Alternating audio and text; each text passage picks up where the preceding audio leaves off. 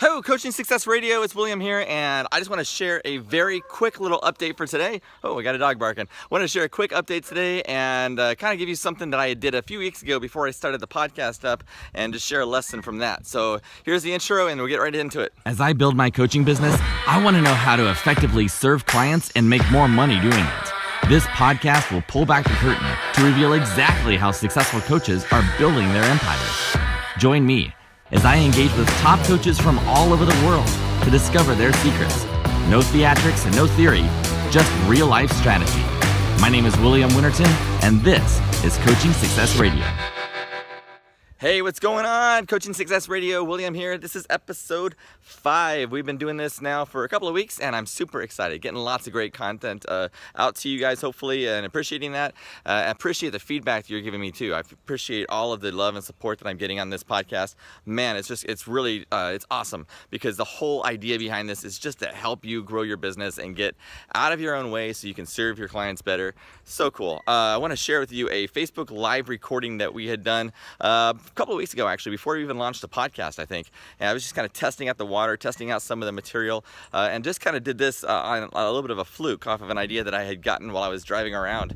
And I got a lot of really positive response to this, so I thought I would go ahead and use this as a podcast episode for those of you who missed the Facebook Live and just share this content with you. So we're going to zip over to that real quick and let you enjoy the conversation there. What I want to talk about really is applicable to anybody who has a business. You don't have to just be a coach. So if you're not a coach, this is still applicable to you, and it's actually a really good kind of a insight into how to be a solopreneur, entrepreneur, especially when the internet has made everything so big and everybody is apparently able to do everything. It's really hard to do something and set yourself apart and stand out.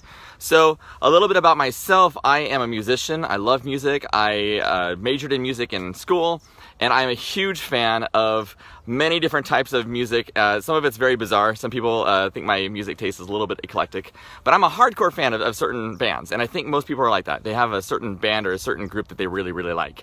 And so what I was going to just do is going to kind of parallel a little bit about starting your own business and being an entrepreneur, and then people who try and like be the rock star of their industry and they get bogged down by it. And a really good parallel that I kind of thought through was thinking about back in the 60s. This is before my time, so way back before.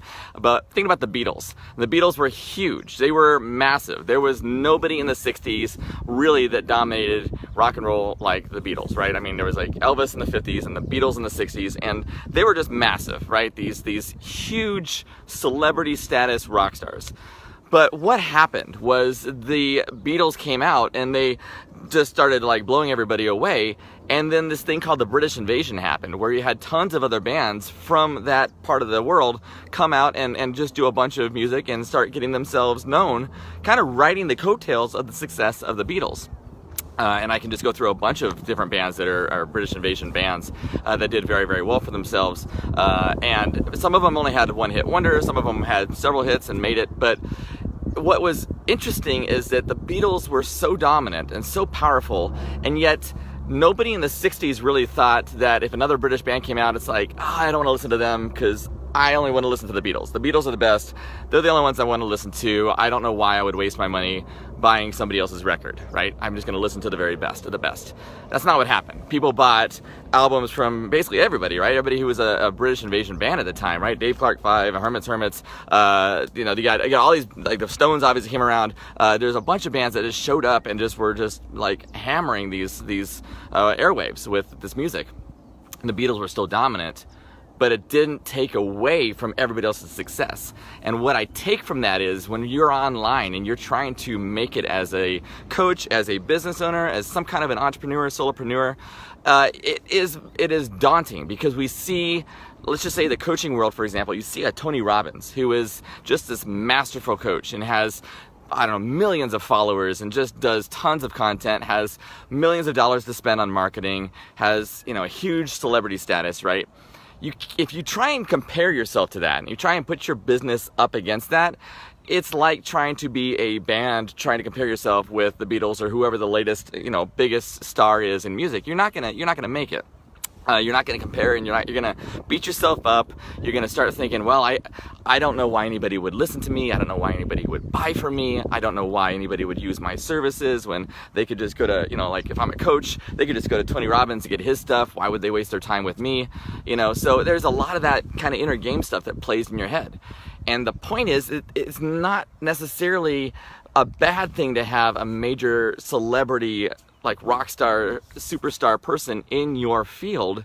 You don't have to look at them as your competition. You can look at them as somebody who is doing the same thing you're doing, but you can slice out a piece of their target, and you can just really focus on that. Tony Robbins, the Robert Kiyosakis, the Russell Brunsons, these guys who do like this major marketing, they have a huge wide net they're throwing out, right? And they're just reaching out to just the masses, right? So to try and compete with them, you're not going to make it. You're not going to make it financially. You're not going to make it. You don't have enough following. You don't have enough experience. You don't have enough market share. So you're not going to be able to compete. But what you can do is you can compete against a small sliver of their market. You can try and find a piece that rides alongside and is aligned with what they're doing, rather than trying to compete head to head directly with somebody who has a huge celebrity status in your field. So let me give you a good example here. Let's say that you are in let's say you're in the health and fitness world, and you do I don't know, health and fitness training to try and help people build muscle and try and lose weight fast and get shredded and all that kind of stuff like that. And that's really kind of the market. And I would say that in that field, you'd have to really even narrow that down even more and say, are you working with, is there a certain age group you're working with? Are you working with just women, just men? Are you working with people with a certain goal in mind besides just, losing weight? Are they actually trying to, get to a certain weight for health reasons, or for, there's something else kind of motivating them? But if you're in that industry and you're trying to compete against the people who are like the Tony Hortons and the Beachbodies and stuff like that, you're gonna get wasted, right? There's no way you can possibly compete and put a product out similar to a P90X and try and make that work. But what you can do is you can ride the coattails of that group that's working, the business model that's working, and narrow your demographic, narrow your niche down, so you're not trying to be the one-size-fits-all rock star celebrity person. You are just focused on one very specific target audience. And when you do that, you eliminate the need to feel like you're competing. And you actually set up your business to be more aligned, and it's a much clearer target audience that you're hitting, and it's a much clearer and better and stronger impact that you're making. So the danger, again, when you start going into business, you start being too broad. You get worried about you're gonna leave people behind or whatever. You're afraid that you're gonna not bring everybody in who you can, that you're gonna disqualify people immediately. Don't worry about that stuff. Just find the people that you want to serve, the people that you really want to help, that are super focused into what it is that you offer, and you're gonna make them your little clan, your little clique of people who are just gonna follow you around, little following, and that's gonna be what's gonna set your business apart and help you to grow. I'll just point out kind of another little thing as far as the music thing is concerned. My daughter, she's a teenager now, so clearly she is smarter and hipper than I am, and I probably actually have to agree with that. But all the groups that she listens to musically, man, I tell you what, she plays them, and maybe it's just because I'm in my 40s now, I don't know, but like everybody sounds exactly the same. And I'll be listening to something, she'll be like, Dad, you gotta hear this new song, and I'll go and I'll listen to it, and she's all just like, this is so cool, and I'll just be like, all right, this sounds exactly like this other dude. And she's like, no, Dad, you couldn't be further from the truth. And she will dissect exactly why those two bands or groups or people are totally different. The lead singer in this group has a totally different personality than this person. This group is totally set, and they're focused on this kind of sound or this kind of music, and this people are from this part of the world, and they have a completely different strategy, everything they're listening to, everything they're hearing, this is all totally different. And she'll go into the people, the instrumentation, she'll go into the lyrics, she'll go into the background story. She knows all this stuff, right? Which would really not get her anywhere. But I mean, it's just this music knowledge that she's got because she's so dialed in on one specific group and their characteristics and what separates them from another group. It's exactly the same in your business. You're going to get a following. What you want to do is get a following of people who understand that you're authentic, who understand that you're an expert, you know what you're talking about, who understand that you know the business and know the pain that they're in, and that you have the ability to solve their problem.